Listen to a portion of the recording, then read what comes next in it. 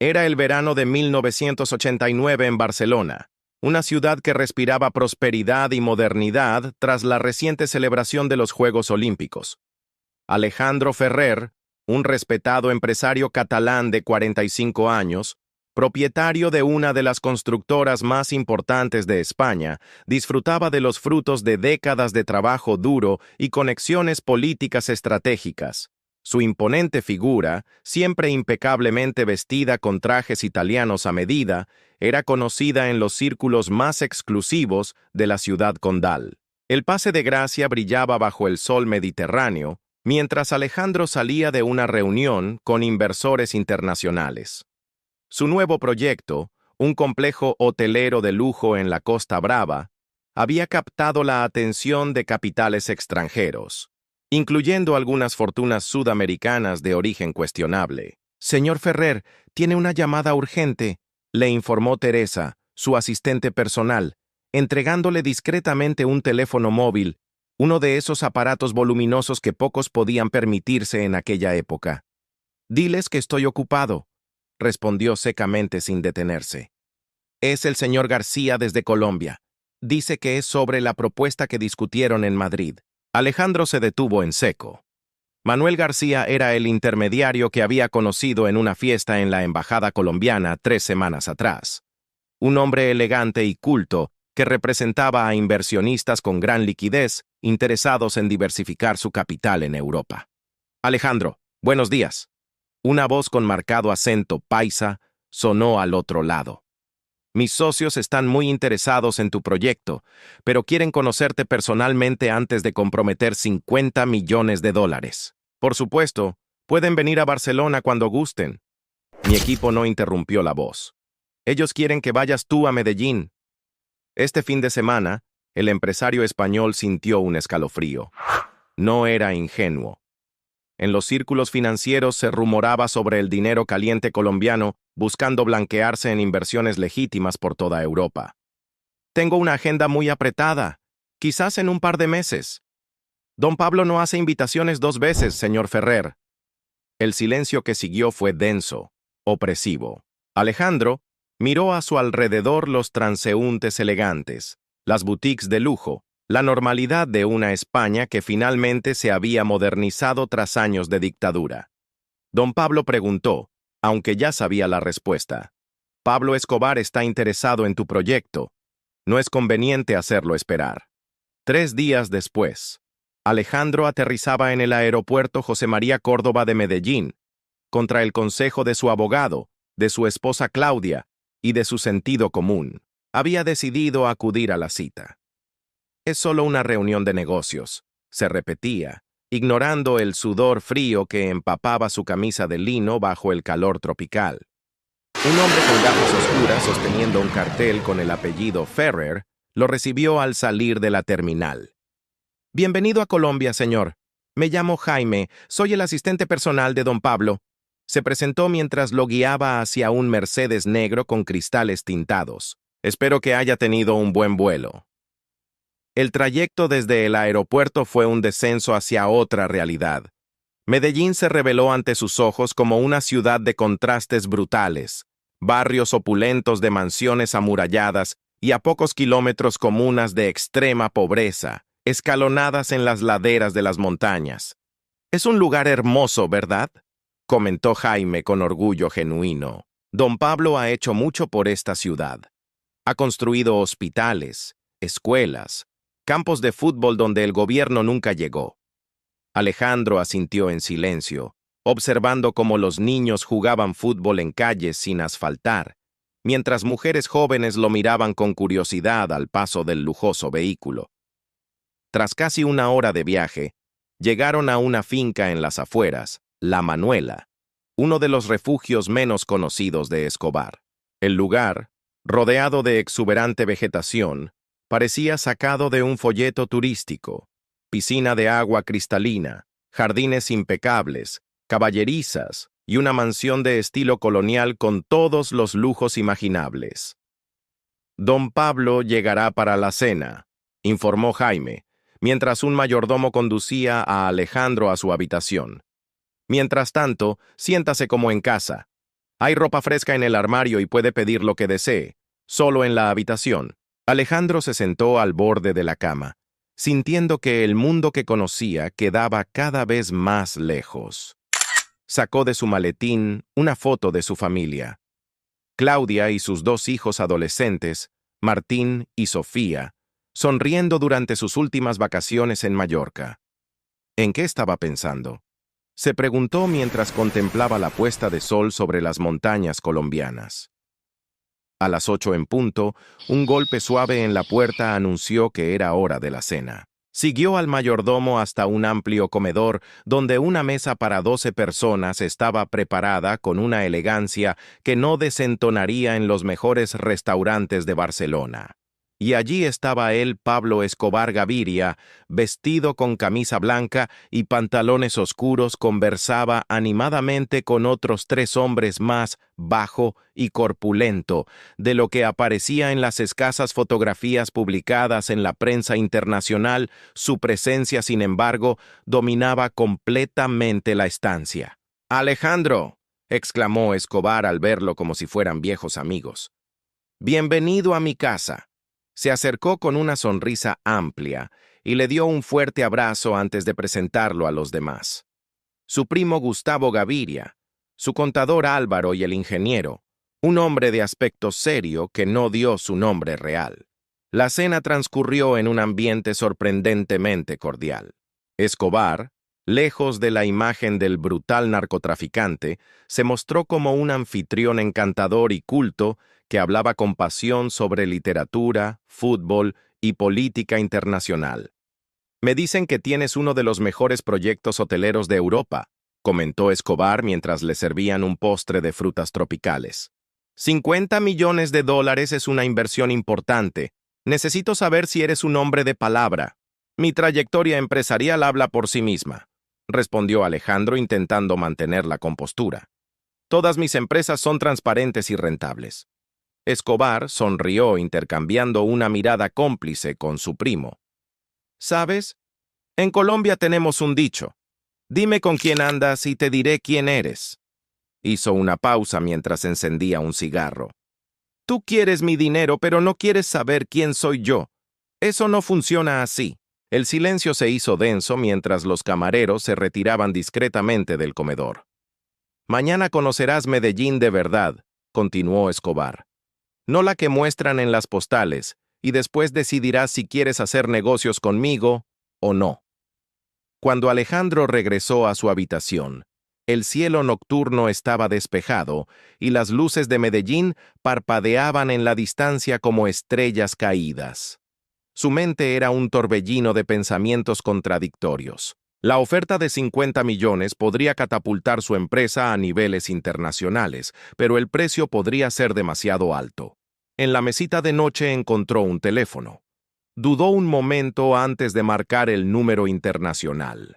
Tras varios tonos, la voz adormilada de Claudia respondió. «Alejandro, ¿estás bien?» «Sí, todo está bien», mintió consciente de que probablemente la línea estaba intervenida. «Solo quería escuchar tu voz».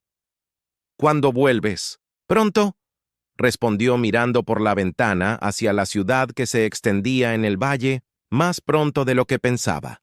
Al colgar, Alejandro no podía imaginar que esa noche sería la última en que se sentiría el poderoso empresario español que había llegado a Colombia. El amanecer en Medellín llegó con una sinfonía de sonidos tropicales y el aroma del café recién hecho. Alejandro apenas había dormido, atormentado por pesadillas donde su familia se veía arrastrada al oscuro mundo que ahora lo rodeaba. Se vistió con unos jeans y una camisa de lino que encontró en el armario. Ropa casual, pero de marca, que sorprendentemente era exactamente de su talla. Un golpe en la puerta anunció la llegada de Jaime, quien entró con una sonrisa cordial. «Buenos días, señor Ferrer. Don Pablo lo espera para desayunar en la terraza». Pablo Escobar, vestido con ropa deportiva y gorra de béisbol, desayunaba mientras leía varios periódicos locales e internacionales.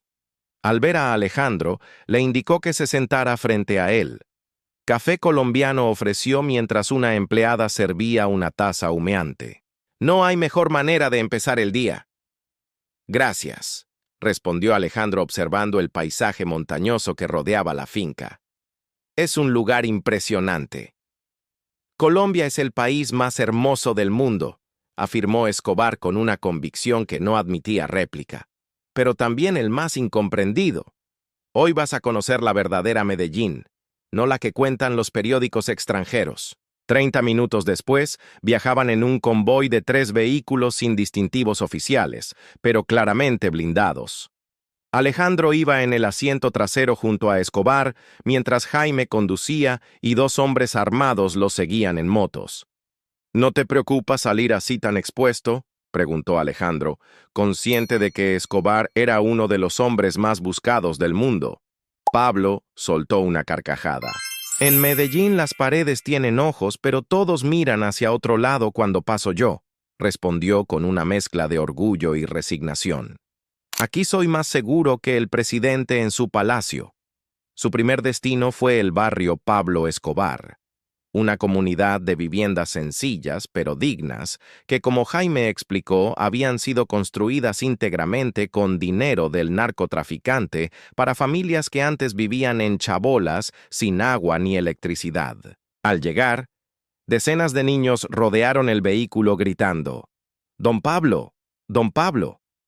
Mujeres salieron a las puertas ofreciendo café y arepas. Ancianos se acercaron a estrechar su mano con reverencia. Para estas personas, Escobar no era el criminal retratado en los medios internacionales, sino un benefactor, casi un santo. «Construí 500 casas aquí», explicó mientras caminaban por las calles empedradas del barrio. «El gobierno prometió hacerlo durante décadas, pero nunca cumplió. Yo lo hice en un año». Visitaron una escuela primaria también financiada por Escobar, donde los niños recibían educación gratuita, uniformes y comida. En el patio, un mural mostraba al narcotraficante como un héroe junto a figuras históricas colombianas. «La mayoría de estos niños serían delincuentes o estarían muertos sin esta escuela», comentó Escobar mientras los pequeños lo saludaban con cariño. «El sistema los habría abandonado». Alejandro observaba todo con una mezcla de asombro y confusión moral. ¿Cómo era posible que este hombre, responsable de tanta violencia según la prensa internacional, fuera tratado como un mesías por los más desfavorecidos? La siguiente parada fue un hospital local, donde una placa en la entrada reconocía la donación de Escobar, que había permitido construir una nueva ala pediátrica. El director del centro médico los recibió con deferencia, mostrándoles las instalaciones modernas que contrastaban dramáticamente con la precariedad del resto del edificio. Antes donación, los niños morían esperando atención, explicó el médico mientras recorrían las salas. Ahora tenemos equipos que ni siquiera hay en los hospitales privados de Bogotá. Durante el almuerzo, en un restaurante tradicional en el centro de Medellín, donde fueron recibidos como realeza, Alejandro se atrevió a formular la pregunta que llevaba horas rondando su mente. «¿Por qué me muestras todo esto?». Escobar dejó los cubiertos sobre el plato y lo miró directamente a los ojos. «Porque quiero que entiendas que el mundo no es blanco y negro, Alejandro. En tu Europa civilizada, los políticos roban con leyes y papeles y nadie los llama criminales. Aquí soy un criminal porque no disimulo, porque vengo de abajo y porque desafío al sistema». Hizo una pausa para beber un sorbo de aguardiente. «Esta tarde verás la otra cara. Quiero que tengas toda la información antes de decidir si quieres mi dinero o no». Tras el almuerzo, el convoy se dirigió hacia zonas cada vez más marginales de la ciudad. El ambiente cambió drásticamente: calles sin pavimentar, viviendas precarias y miradas desconfiadas seguían su paso. «Esta es la Comuna 13», explicó Escobar mientras subían por callejones estrechos. «Aquí es donde empezó todo». Se detuvieron frente a una casa pequeña, pero mejor mantenida que las de alrededor. Una anciana salió a recibirlos con lágrimas en los ojos. «Mi madre», presentó Escobar con evidente emoción. «La mujer más fuerte que conozco». La señora Hermilda los invitó a pasar y les sirvió café mientras mostraba con orgullo fotos familiares. En una de ellas, un joven Pablo posaba junto a un hombre de aspecto severo. Mi padre murió cuando yo tenía 15 años, comentó Escobar señalando la fotografía. Era guardia de seguridad. Nos dejó sin nada. Yo juré que mi madre nunca más pasaría necesidades. Al salir de la casa materna, el convoy continuó hacia una zona industrial abandonada. Entraron en un antiguo almacén donde varios hombres armados montaban guardia. En el interior, docenas de trabajadores empaquetaban lo que claramente era cocaína en una operación meticulosamente organizada. Mi oficina, dijo simplemente Escobar. De aquí salen 500 kilos semanales hacia Estados Unidos. Alejandro observó la escena paralizado. Una cosa era sospechar el origen del dinero y otra muy distinta presenciar directamente la operación criminal.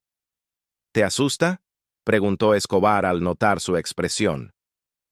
Los americanos quieren nuestra coca, pero criminalizan a quienes se la proporcionamos. Yo solo satisfago una demanda que ellos mismos crearon. Saliendo del almacén, subieron a un mirador natural desde donde se contemplaba toda la ciudad, bañada por la luz dorada del atardecer. Un lugar paradisíaco contaminado por la realidad que acababa de presenciar. Medellín podría ser la ciudad más próspera de Latinoamérica, reflexionó Escobar. Tenemos la gente más trabajadora, el mejor clima, recursos naturales, pero el sistema está diseñado para mantenernos abajo. Yo encontré una grieta en ese sistema y la exploté. El sol comenzaba a ocultarse tras las montañas cuando Escobar se volvió hacia Alejandro con expresión seria. He construido un imperio con mis propias manos partiendo de la nada. He dado trabajo a miles de personas. He construido casas para los pobres. He financiado hospitales y escuelas. También he ordenado matar a quienes han intentado destruirme y he inundado de coca las calles americanas. Hizo una pausa. Esa es la realidad completa, sin filtros. Ahora tú decides. ¿Quieres mi dinero para tu hotel o no? De regreso a la finca, en el silencio del vehículo blindado, Alejandro sintió que estaba en una encrucijada moral sin precedentes.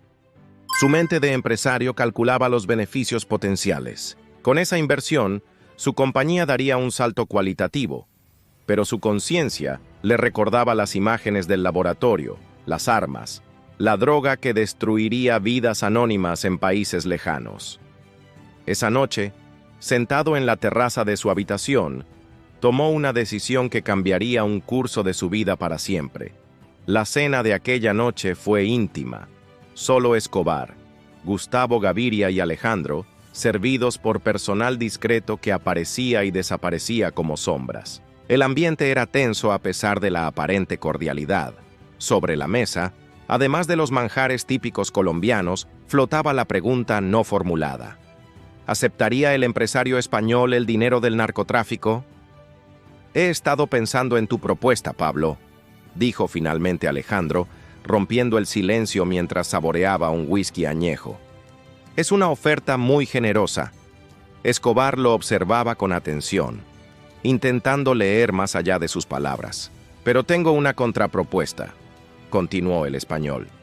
Una que podría interesarte más que simplemente blanquear dinero a través de un hotel de lujo.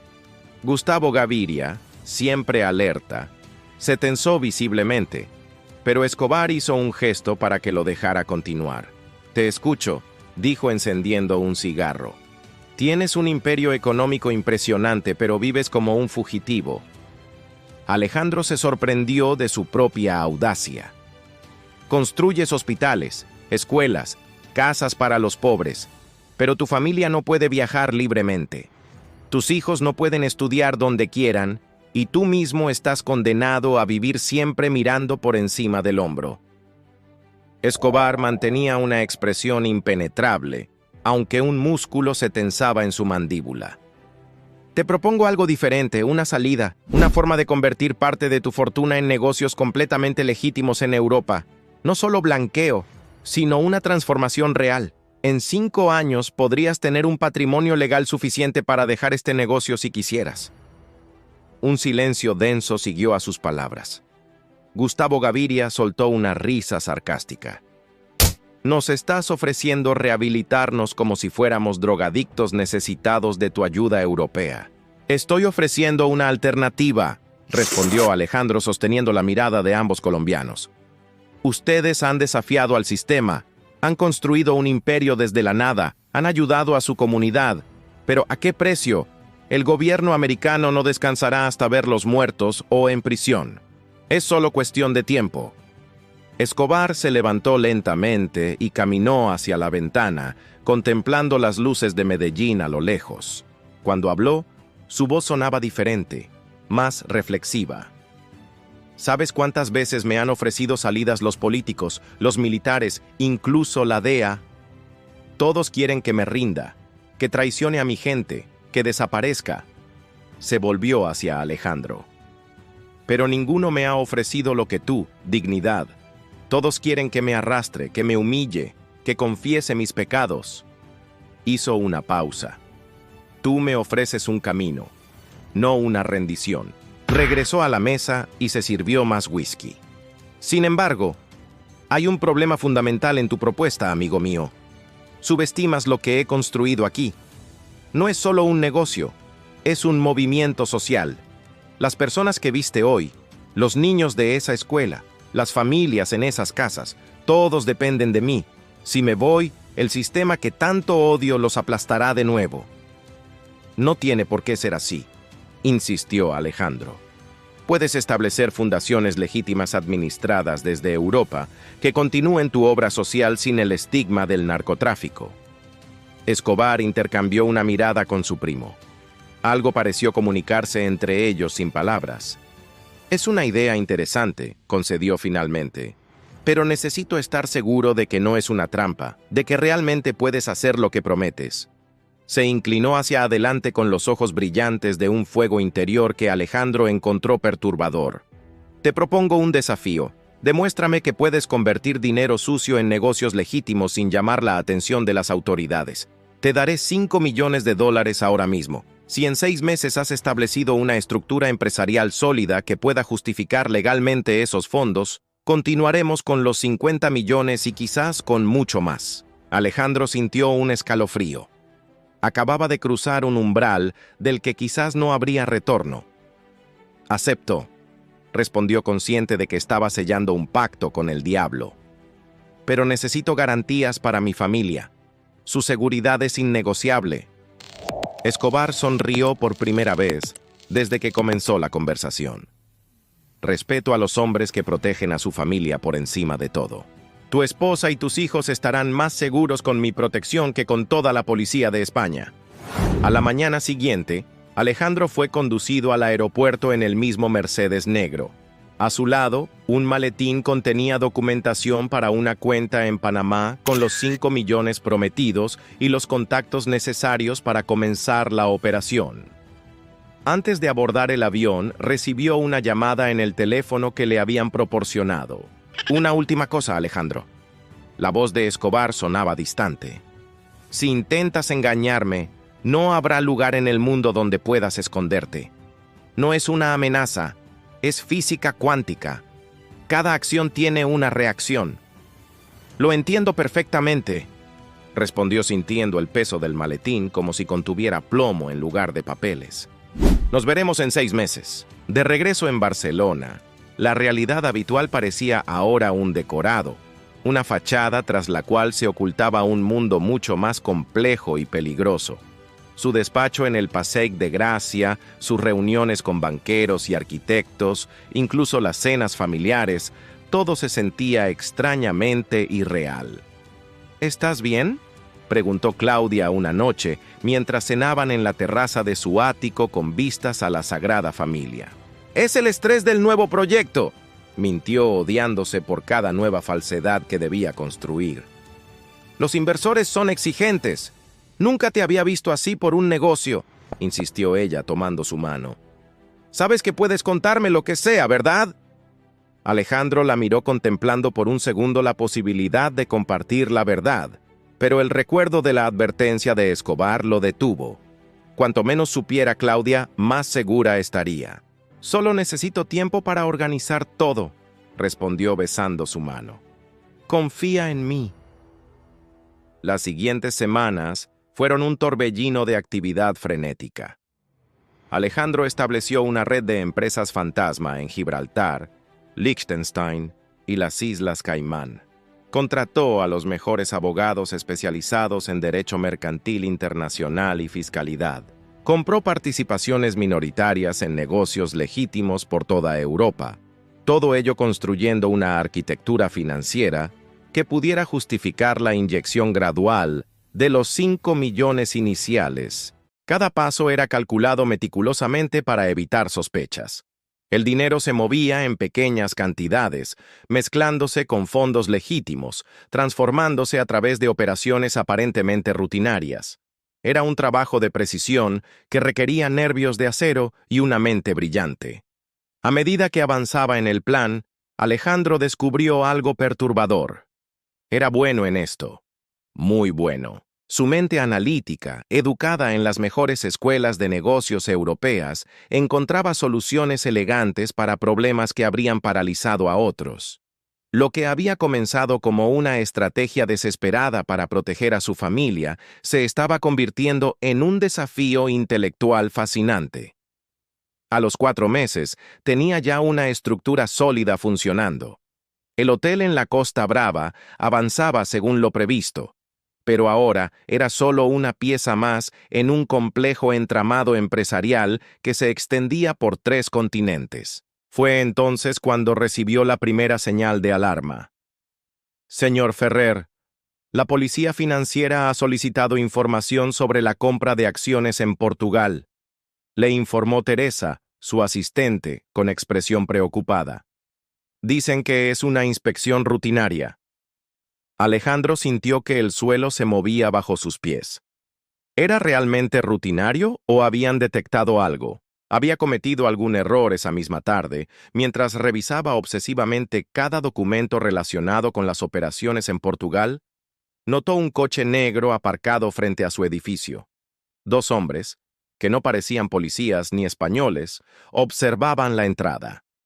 El teléfono colombiano que guardaba en una caja fuerte en su despacho sonó por primera vez desde su regreso. «¿Tienen problemas, León?» La voz de Jaime sonaba tranquila. «Don Pablo quiere saber si necesitas ayuda». «¿Cómo?» Alejandro se detuvo comprendiendo de golpe. «Los hombres en el coche negro son tuyos». «Don Pablo protege sus inversiones», respondió simplemente Jaime. ¿Quieres que nos ocupemos de la policía financiera? Un escalofrío recorrió la espalda de Alejandro. Ocuparse tenía implicaciones siniestras que no quería ni considerar. No, respondió firmemente. Puedo manejarlo, es solo burocracia. Como quieras. La voz de Jaime sonaba escéptica, pero recuerda que faltan solo 2 meses para que expire el plazo. Don Pablo no acepta fracasos. Al colgar, Alejandro sintió que la presión aumentaba exponencialmente. Ahora no solo debía preocuparse por las autoridades españolas y europeas, sino también por los observadores de Escobar. Estaba atrapado entre 2 fuegos, caminando por una cuerda floja sobre un abismo.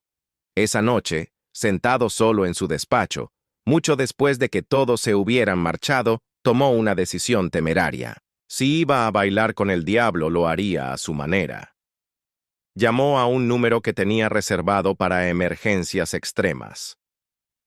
«Necesito verte», dijo cuando respondieron. «Es sobre aquel asunto del que hablamos hace años». Al día siguiente se reunió en un discreto café del Raval con Carlos Montero, un antiguo compañero de universidad que ahora trabajaba para los servicios de inteligencia españoles, un hombre que le debía algunos favores del pasado. «Debo estar loco para reunirme contigo después de lo que he oído», dijo Carlos tras los saludos iniciales. «Dicen que estás haciendo negocios con colombianos peligrosos». «Por eso necesito tu ayuda», respondió Alejandro bajando la voz. «Estoy en algo grande, Carlos, algo que podría cambiar las reglas del juego». «¿De qué estás hablando?» Alejandro respiró hondo antes de lanzarse al vacío. «Estoy trabajando para Pablo Escobar, pero no como crees», añadió rápidamente al ver la expresión de su amigo. «Estoy tendiendo un puente para que salga del narcotráfico». para que transforme su imperio en negocios legítimos. Carlos lo miró como si hubiera perdido la razón. Te has vuelto loco. Escobar es uno de los criminales más buscados del mundo. Ha matado jueces, políticos, policías. Lo sé, interrumpió Alejandro. Pero también ha construido más casas para pobres que el gobierno colombiano. Ha financiado hospitales, escuelas. No es solo un monstruo, es un fenómeno social complejo y tú vas a redimirlo. El sarcasmo en la voz de Carlos era cortante.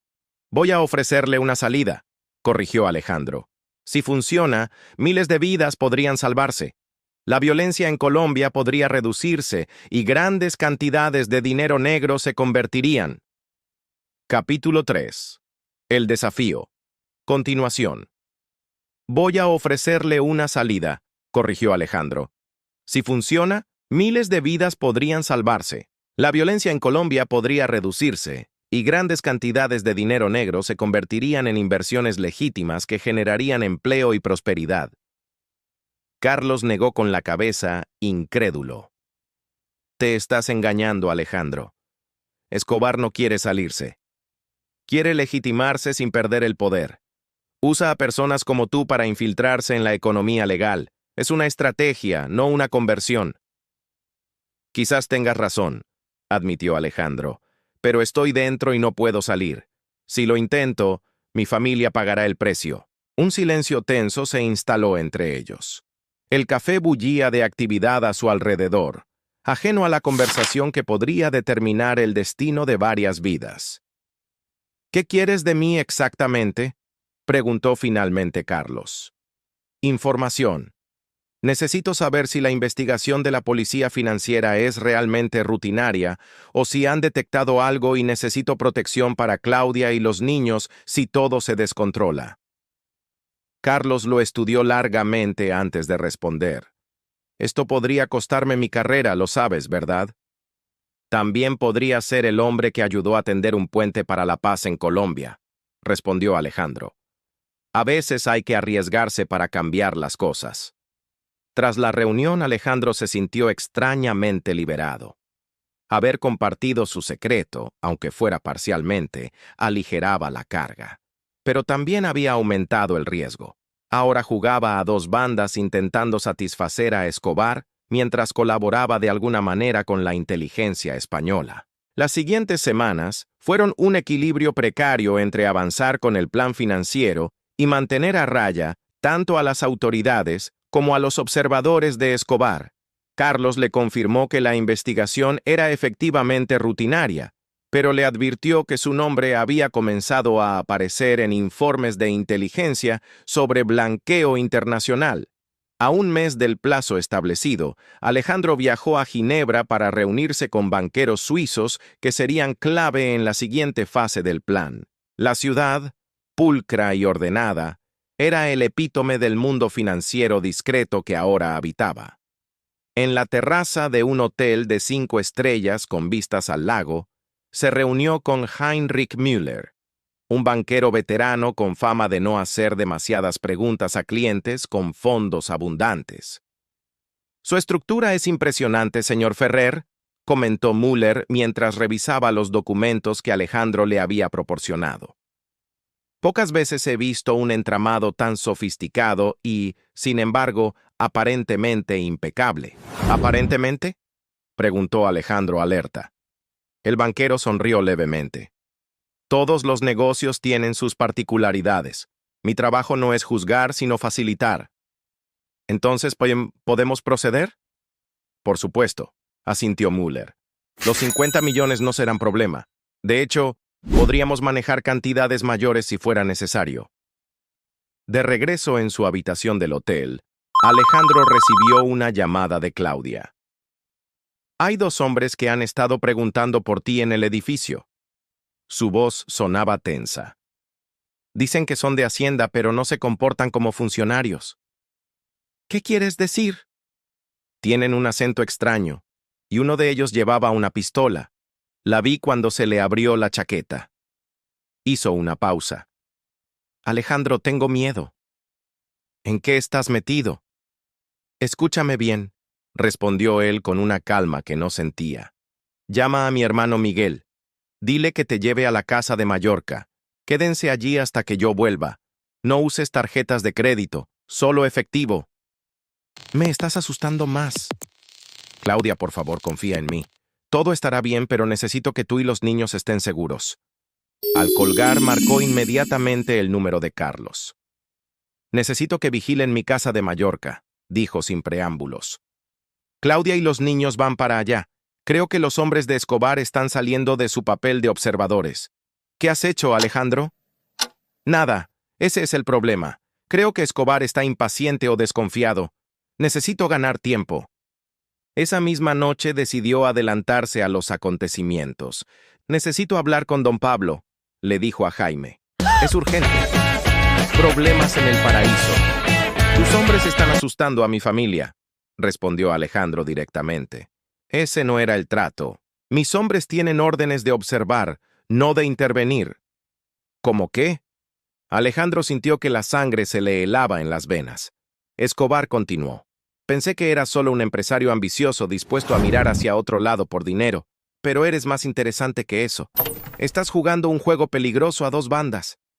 No es lo que piensas, intentó explicar Alejandro. Carlos es un viejo amigo. Solo le pedí información sobre la investigación financiera para proteger nuestros intereses comunes. Una risa seca sonó al otro lado de la línea. Nunca he matado a un español, dijo Escobar, su voz repentinamente fría. Sería una lástima empezar contigo. Me caes bien, Alejandro. El plan está funcionando, insistió desesperado. En un mes tendré todo listo para los 50 millones. La estructura es sólida. Los banqueros están a bordo. Te creo, interrumpió Escobar. Has hecho en 4 meses lo que mis propios financieros no han logrado en años. Entonces ahora el desafío cambia, respondió Escobar. Ya no se trata solo de si puedes blanquear mi dinero, sino de si puedo confiar en ti. Un silencio opresivo siguió a sus palabras. Jaime te esperará en el aeropuerto. Tengo un trabajo especial para ti, algo que probará tu lealtad definitivamente. Mi familia, tu familia estará perfectamente segura mientras tú hagas lo correcto. El tono no dejaba lugar a dudas sobre lo que ocurriría en caso contrario. La línea se cortó dejando a Alejandro en un estado de pánico frío. Su plan se desmoronaba. La idea de tender un puente para la salida de Escobar del narcotráfico ahora parecía infantilmente ingenua. No había salida para el narcotraficante y quizás tampoco para él mismo. Llamó nuevamente a Carlos. Necesito que pongas a Claudia y los niños bajo protección oficial, pero discretamente, y necesito un plan de contingencia para mí. Te lo advertí, Alejandro. Esto es más grande que tú, que yo, que todos nosotros. No reproches. Voy a regresar a Barcelona, respondió finalmente. Voy a encontrarme con el enviado de Escobar y ver qué prueba de lealtad quiere. Después improvisaré. Eso es suicida. Si huyo ahora, Escobar nunca dejará de buscarnos. Tengo que jugar su juego un poco más, ganar tiempo mientras tú aseguras a Claudia y los niños. Al colgar sintió que había cruzado un punto de no retorno. Se había convertido en algo intermedio, un hombre atrapado entre dos mundos, intentando navegar aguas traicioneras sin hundirse. El vuelo de regreso a Barcelona fue el más largo de su vida, aunque apenas duró 2 horas. Cada minuto lo acercaba a un enfrentamiento cuyo resultado era imposible prever. Si tenía que jugar este juego mortal, lo haría con todas sus consecuencias. Bienvenido de nuevo, señor Ferrer, saludó tomando su equipaje. Don Pablo le manda saludos desde Colombia. ¿Cuál es el trabajo especial?, preguntó Alejandro directamente mientras se dirigían al estacionamiento. Todo a su tiempo, respondió Jaime. El alguien resultó ser un hombre de mediana edad con aspecto de funcionario anodino que los esperaba en un apartamento discreto en el barrio de Gracia. Se presentó como Ramírez, aunque claramente era un alias. ¿No muchos europeos han impresionado tanto a don Pablo?, preguntó Alejandro. Yo represento a ciertos sectores del gobierno colombiano que prefieren una solución pragmática al problema del narcotráfico. ¿Qué tiene esto que ver conmigo?, Su idea de crear un puente para la transformación del capital de don Pablo ha captado nuestra atención, explicó Ramírez. Podría ser parte de una solución más amplia. Alejandro miró alternativamente a Jaime y a Ramírez confundido. No entiendo. Creí que Escobar quería ponerme a prueba, no negociar con el gobierno. La prueba y la negociación no son mutuamente excluyentes, respondió Ramírez enigmáticamente. Don Pablo está considerando una propuesta de amnistía limitada a cambio de ciertas concesiones. Su operación financiera podría ser parte del acuerdo. ¿Por qué me cuenta esto? Porque necesitamos a alguien que pueda moverse en ambos mundos, intervino Jaime. Alguien con conexiones en Europa, respetabilidad en los círculos financieros, pero también con la confianza de don Pablo. Usted ha demostrado capacidad para lo primero. Ahora debe demostrar lo segundo. Alejandro sintió que entraba en un nuevo nivel del juego, uno donde las apuestas eran aún más altas. ¿Cuál es la prueba?, preguntó. Finalmente Ramírez abrió un maletín y extrajo una carpeta con documentos. Necesitamos que establezca contacto con este hombre, dijo mostrando la fotografía de un individuo de aspecto distinguido. Edward Sánchez, ministro de Economía español. Sabemos que ustedes coincidieron en la universidad. Lo conozco, pero no somos cercanos, aclaró Alejandro. ¿Qué se supone que debo hacer? Sondearlo sobre la posibilidad de una negociación discreta entre España y ciertos elementos del gobierno colombiano, explicó Ramírez, sin mencionar a don Pablo directamente, por supuesto, solo preparar el terreno. Alejandro comprendió súbitamente el alcance de lo que le pedían. No era simplemente una prueba de lealtad. Era convertirse en intermediario en una negociación internacional de alto nivel que involucraba a narcotraficantes, gobiernos y quizás agencias de inteligencia. ¿Por qué yo?, preguntó, aunque ya intuía la respuesta. Porque todos los implicados pueden negarlo si sale mal, respondió Jaime con brutal franqueza. Usted es prescindible, señor Ferrer, pero si tiene éxito, será imprescindible. Esa noche, solo en su ático de Barcelona, Alejandro llamó a Claudia. Estaba segura en Mallorca junto con los niños bajo la discreta vigilancia de agentes enviados por Carlos. «Te he hecho de menos», dijo ella. «¿Cuándo vendrás?» «Pronto», prometió él. «Solo tengo que resolver unos asuntos aquí». «Estamos en peligro, ¿verdad?» La intuición de Claudia siempre había sido aguda. Estos no son unas simples vacaciones improvisadas. Alejandro dudó antes de responder. «Confía en mí, por favor. Solo necesito un poco más de tiempo». Al colgar, tomó una decisión. Llevaba semanas bailando al borde del abismo, intentando complacer a todos sin comprometerse completamente con nadie. Era hora de elegir un bando y jugar para ganar, no solo para sobrevivir. Llamó a Carlos. «Necesito que organices una reunión con Edward Sánchez», dijo sin preámbulos. «Es urgente y debe ser absolutamente confidencial». «El ministro de Economía, ¿para qué diablos?» «Te lo explicaré en persona, pero esto podría ser mucho más grande de lo que pensábamos. Podría ser una oportunidad para todos».